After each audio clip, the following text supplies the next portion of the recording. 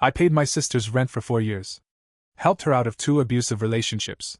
When I got sick and needed a place to stay for recovery, she told her landlord I was just a drifter. I slept in her garage for 2 nights before she called the cops on me. "He's scaring my kids," she said as I was dragged away. What she didn't know was I had the texts. And I was done staying silent. I'm Mark. I'm 42 and from Salem, Oregon. I've always been the guy who steps up when someone needs help. Especially when it came to my younger sister, Alana. We lost our parents in a car crash when I was 21. She was 16. After that, it was just the 2 of us. I dropped out of college and got a night job at a warehouse so I could keep us fed and housed. I figured that's what family does. And I believed, maybe stupidly, that Alana would always have my back too. The truth hit me hard last year.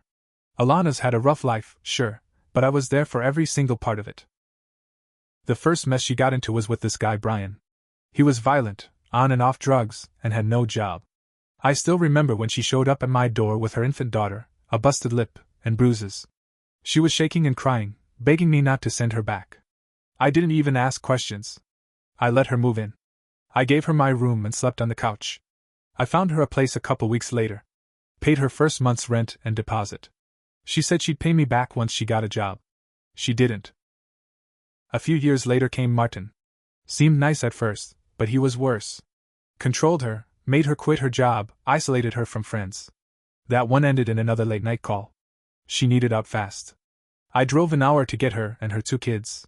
Same story. New apartment, rent covered by me. I didn't keep a ledger or anything, but by the time everything added up, I'd spent around $27,000 helping her. Rent, groceries, gas, car repairs, clothes for the kids. I never made her sign anything. Never guilted her. It was just family. Meanwhile, I was living simple. Small apartment, stable job doing IT at a credit union, nothing fancy. No wife, no kids.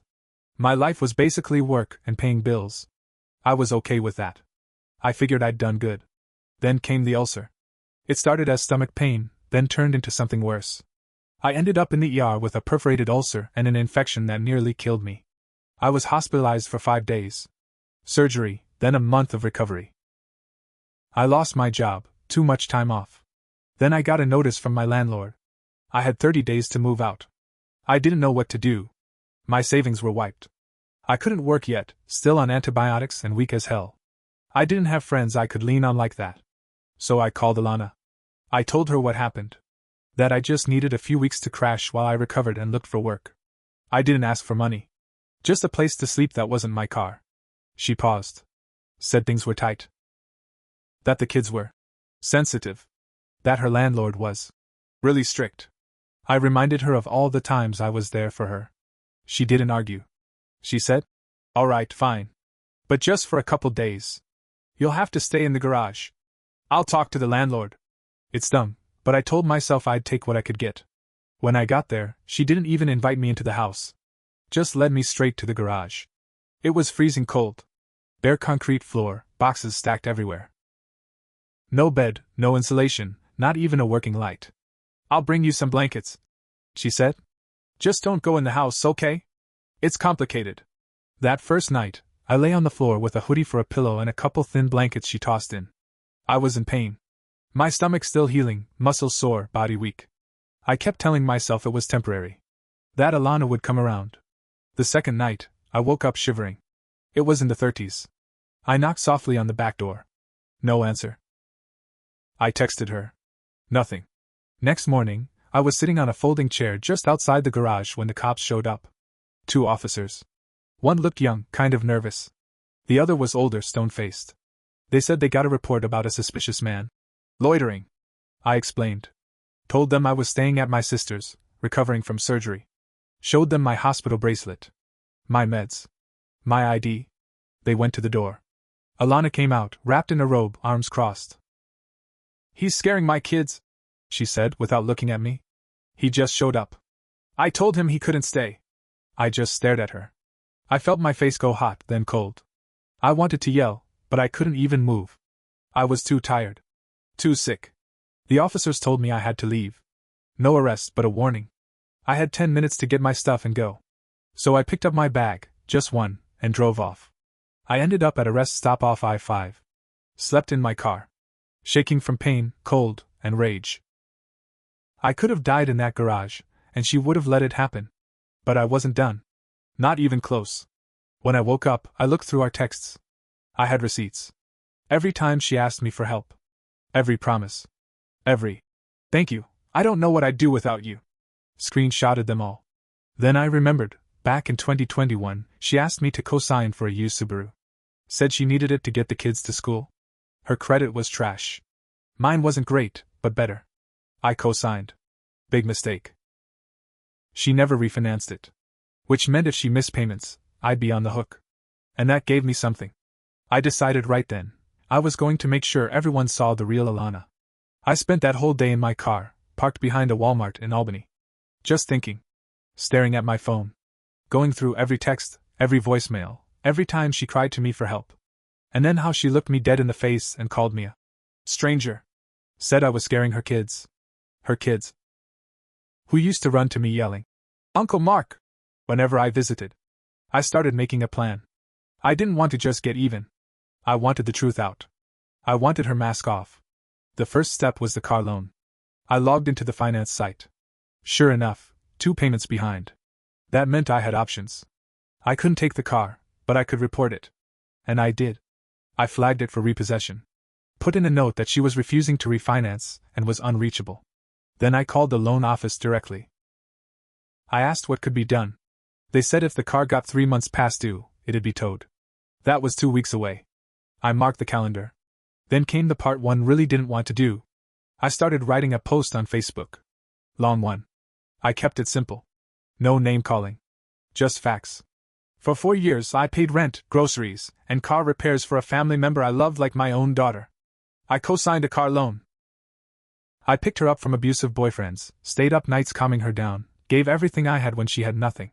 When I got sick and needed a place to recover, I was told I could sleep in her garage.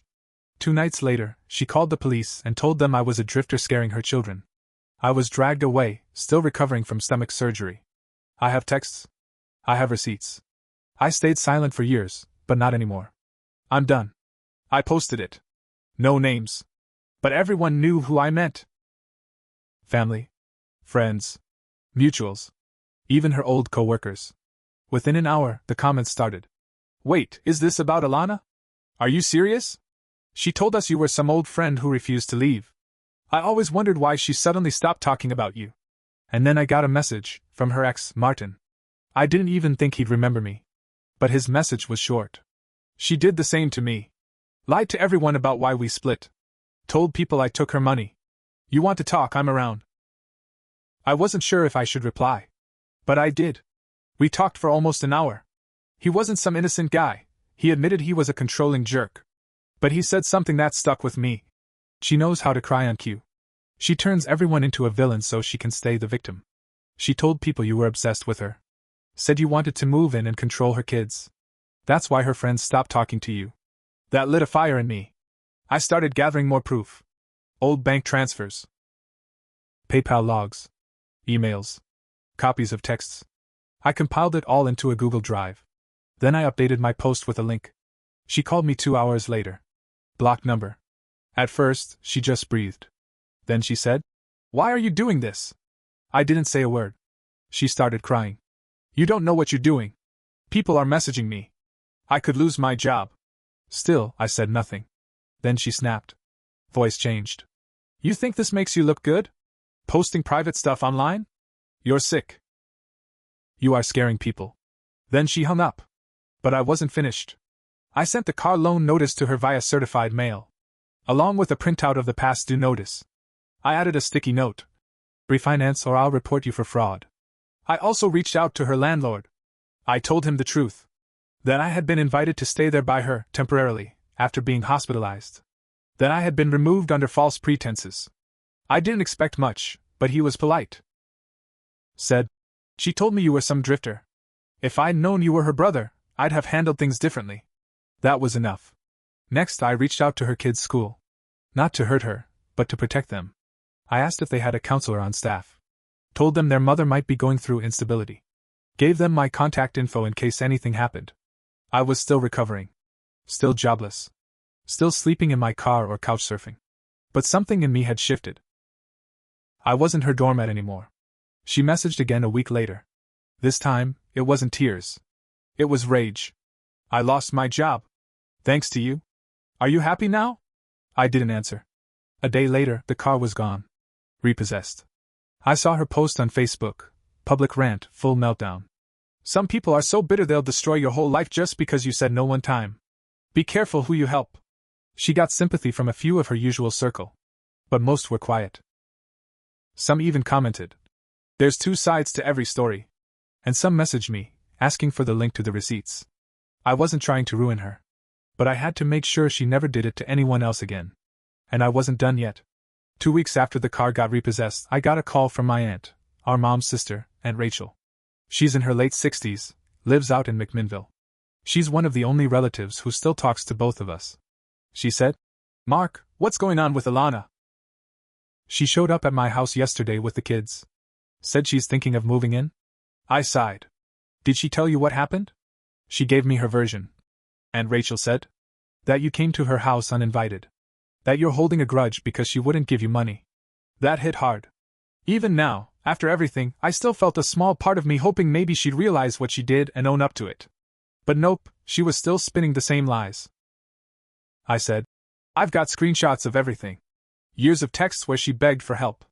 Begged for rent money. Asked me to co-sign that car loan. She left me in her garage after surgery and called the cops. I slept in my car after everything I did for her." There was a long silence. Then Aunt Rachel said, "I believe you." I don't know why, but I almost cried when she said that. Then she told me something I didn't know. She's being investigated at work. HR is involved. Someone sent an anonymous tip with links to your post and the documents. She works with vulnerable people, Mark. At a nonprofit. She's been bragging about her clean record for years. If even half of what you posted checks out. That caught me off guard. I hadn't sent anything to her job. At least, not directly. I thought about it. Someone must have forwarded it from Facebook. Or maybe one of the parents at the kids' school, because I'd gotten a call too. The school counselor thanked me for checking in. Said Maya, the oldest, had told the teacher that Mommy said Uncle Mark is evil now. But when the teacher asked more, Maya got upset and confused. The school flagged it for follow-up. It was happening slowly, but the web she'd spun was starting to collapse. Then came the text I didn't expect, from Brian. Yeah, that Brian. The abusive ex. He messaged me on Facebook. Saw your post. Wasn't expecting to agree with you, but I do. Alana wrecked me financially.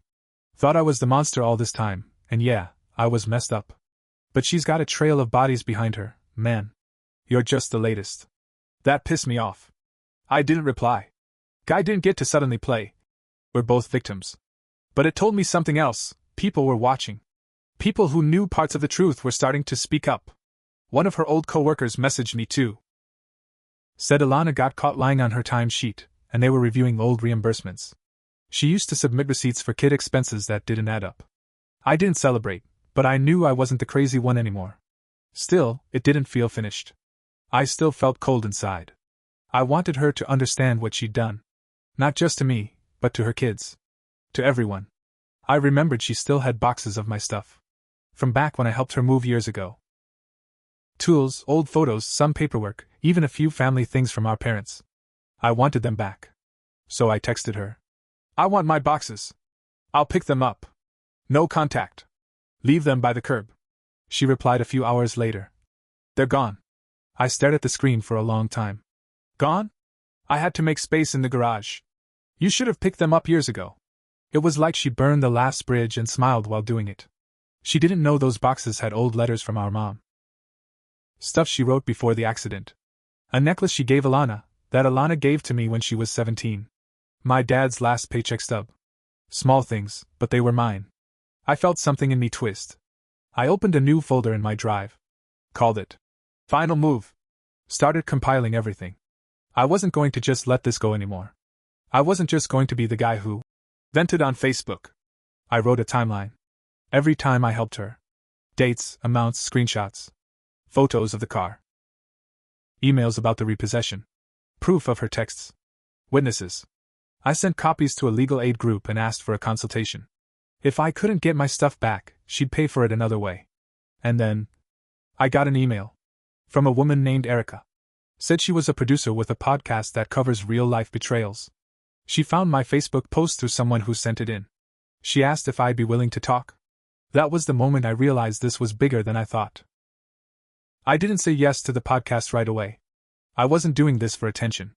But something about Erica felt honest. She said she'd heard a lot of stories like mine, silent givers taken advantage of by family. She said mine was different because I had proof. Clear, time-stamped, undeniable proof. I thought about it for a few days. Then I said yes. We did the interview over Zoom. She asked questions. I answered with the truth. I didn't dramatize it. I didn't cry. I just laid it all out, from the first rent payment to the night I got dragged away from her garage, sick and shaking. I told her about the boxes she threw out. The necklace. The letters. My dad's old paycheck stub. It hit me harder saying it out loud. The episode went up 2 weeks later. Title was The Brother in the Garage. It blew up. Got passed around Facebook, Reddit, even TikTok. People commented, messaged, shared their own stories.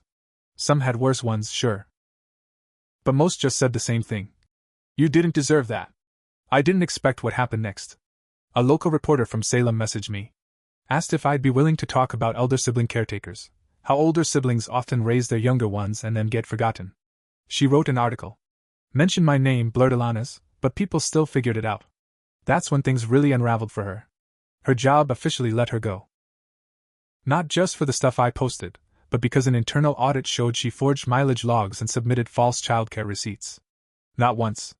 Over 30 times. They called it serious dishonesty. No legal charges yet, but they said they'd report it if she tried to file unemployment. I didn't do that part. I just told my story. The rest was her own fault. I thought she might come after me online. But she didn't. Instead, she texted me. You ruined my life. That was all. No apology.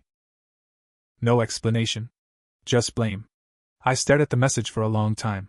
And for the first time, I felt done. I didn't reply. But I wasn't finished either, not until her lies were fully exposed. See, when she had me removed from her garage, she told the cops I was a drifter. That I scared her kids. I wanted that on record. I requested the police report. Took some paperwork and a small fee, but I got it. And it confirmed what I thought. She lied. She said I refused to leave. That I had nowhere to go. And that she didn't even know he was coming. I attached the text where she told me, in writing. You can come by around 6. Just for a couple days. I filed a formal complaint with the local precinct for false reporting. I knew it wouldn't lead to jail, but I wanted the report corrected. I wanted my name cleared. Then I sent copies to the school board. I didn't go after her kids.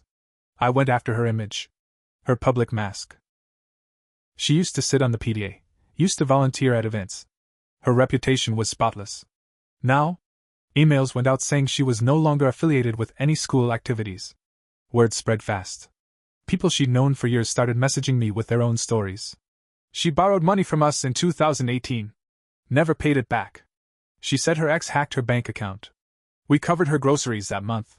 She told us you were dangerous. It was all crumbling. Then the final piece dropped. I got a call from a small claims court rep.